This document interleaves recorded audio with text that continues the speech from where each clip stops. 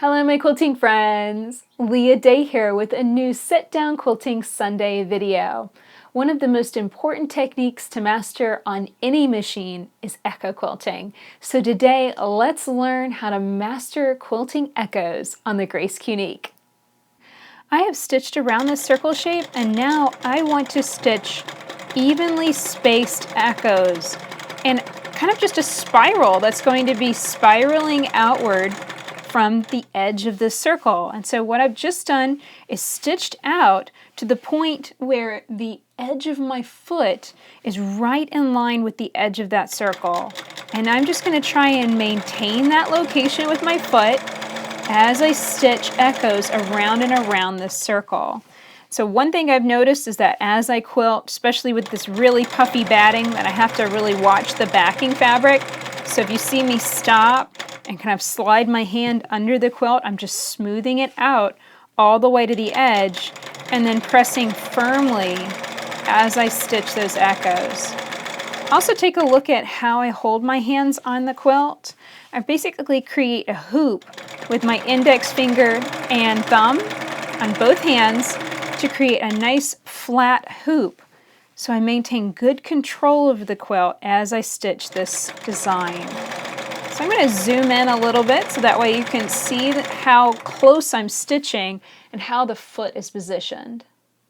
So you can see I've got this little prong of the foot and I've just lined that up right with the edge of that circle, the outer circle shape of this applique. And I'm just keeping that in alignment. Now, is it absolutely perfect? No, it's not going to be absolutely perfect because this is free motion quilting and I have the freedom to wiggle in all directions, and that means that I'm going to wiggle away from that and I'm going to wiggle closer to it, and my line's not going to be exactly perfect, but it's going to be good enough. It's going to be close enough that more than likely you're not going to be able to catch it, the little wiggles, the little wobbles, as you look at the quilt.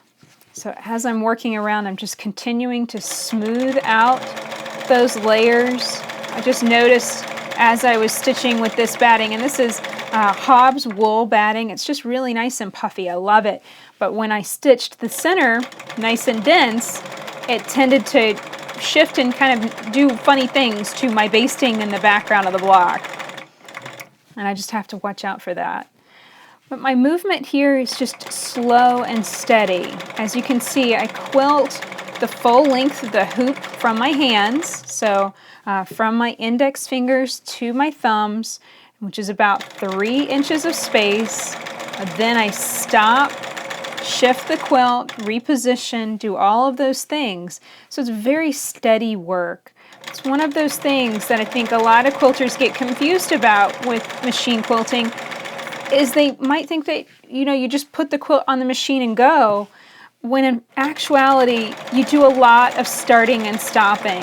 You're always starting and stopping. I don't think there's any quilting design, any quilting style where you just start going and hit your foot pedal and keep on going without stopping ever. You're always tweaking the quilt, shifting it around, making sure it's in good position, making sure you can see the needle, see the design.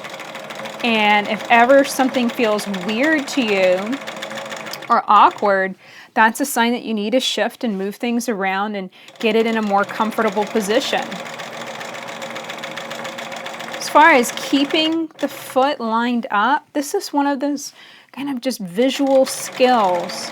Just knowing how to push the quilt through the machine so that you keep that little prong of the foot lined up with the edge of the circle.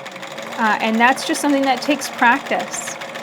Now I'm coming around, and this is where I began quilting, and this is where I'm going to start echoing that previous line of stitching. So you can see it's definitely a spiral.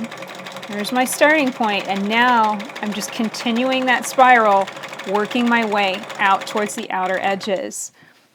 The wonderful thing about spirals is that they don't end. It's not concentric circles where we would have a noticeable beginning and end point. Instead, this is a spiral, so we're just going to work continually out from the center without stopping. The only reason that I'll need to stop and break my thread is if my bobbin thread runs out. So this makes it very easy, and while it might not seem very fast, it actually is very fast. You know, all the starting and stopping, a lot of times when somebody watches me quilt like that, they're like, oh, that's going to take forever. You know, you're having to stop and start so many times. When the truth is, this is actually very speedy. And I'll probably have this background knocked out within 30 minutes or so. Because while I am starting and stopping a lot, I am not having to stop and break thread or do anything like that. That really does take a lot of time. That builds up a lot of time. The more thread breaks, the more design changes, the more thread color changes, all of those things definitely add a lot more time to your quilts. So as far as tips for keeping your echoes nice and straight, kind of have to just figure out what to look at as you're quilting. You know, what to focus on, whether it is looking at your needle, looking at the edge of the foot, or looking at the space between them. I'm going to back out so you can take a look at my hands again. Just notice how my hands shift and move and keep these layers even as I'm quilting. I think where I end up looking at the quilt when I'm using this foot, then I'm looking at that little prong and I'm watching it and trying to keep that little prong of the foot lined up with my previous line of quilting. So I'm looking at that and using it as a gauge to keep those lines even. But, you know, there is a danger of that, and that is if I wobble on one line and I'm following it so closely and echoing it so closely, then I'm going to wobble, and that's going to kind of ripple out on my quilt. That wobble is going to be repeated so many times, you know? So it's one of those things. You know, you could also be looking at the edge of the circle, the applique in the center, and be visually estimating your space between that center circle and the line that you're quilting now. I don't think there's a wrong way of doing it. The key is just to get on your machine and give it a try. And if you can't visually estimate the space without marks, go on ahead and mark it on your quilt. That's not illegal, that's not against the rules. Anything that you have to do to make it easier and faster for you to quilt on whatever machine you're quilting on. So that's it for this video. I really hope that you enjoyed learning more about echo quilting today. Of course, if you have any questions, please ask in the comments below. We really want to help you learn more about machine quilting. Until next time, let's go quilt.